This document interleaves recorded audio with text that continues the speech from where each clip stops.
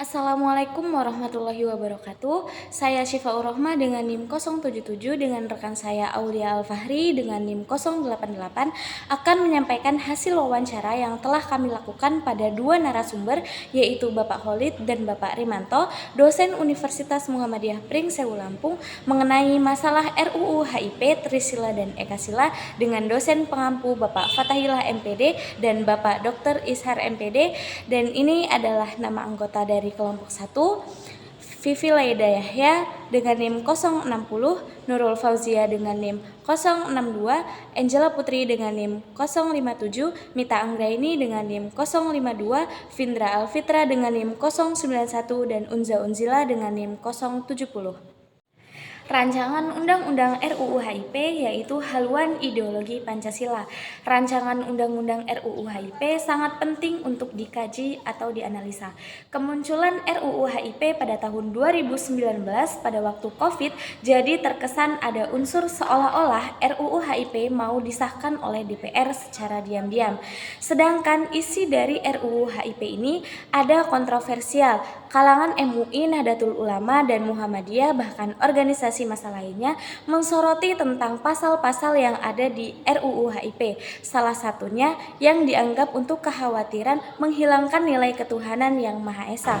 Di ketuhanan yang Maha Esa di pasal 2 atau pasal 7 diletakkan di paling belakang, yaitu ketuhanan yang berkebudayaan menimbulkan multitafsir, menimbulkan kekhawatiran sehingga mengembangkan ideologi-ideologi baru bertambah di Indonesia.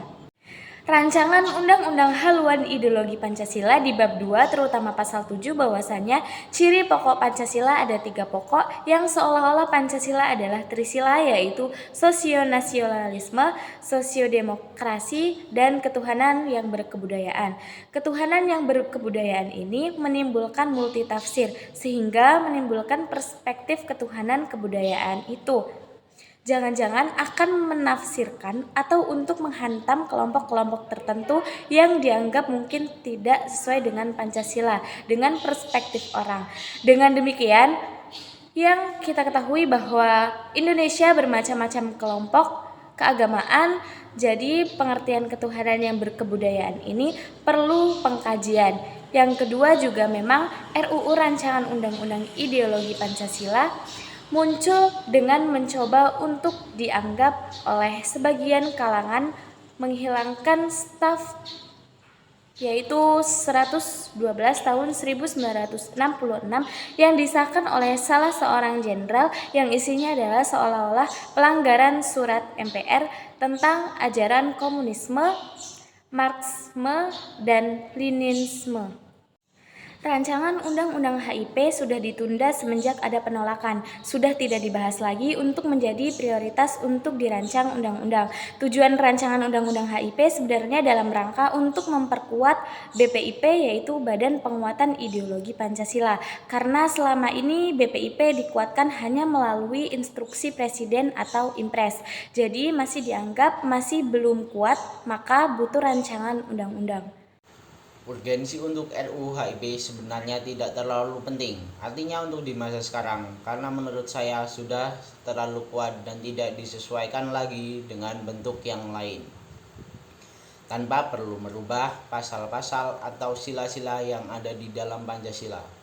Kalau merujuk ke isi dari RUU HIP tadi, Pancasila itu hanya dikristalisasi menjadi 3, yaitu ketuhanan, sosionasionalisme, sosiodemokrasi, dan ketuhanan berkebudayaan. Tidak dikristalisasi menjadi Ekasila. Artinya, rancangan ini seolah-olah kembali pada Pancasila di tahun awal dibentuknya, yaitu 1 Juni 1945. Kalau RUU HIP dirancang dengan maksud dan tujuan untuk memperkuat BPIP, artinya ideologi Pancasila diperkuat. Tapi memperkuat itu bukan berarti menafsirkan ulang terhadap Pancasila yang selama ini sudah pakem di Indonesia.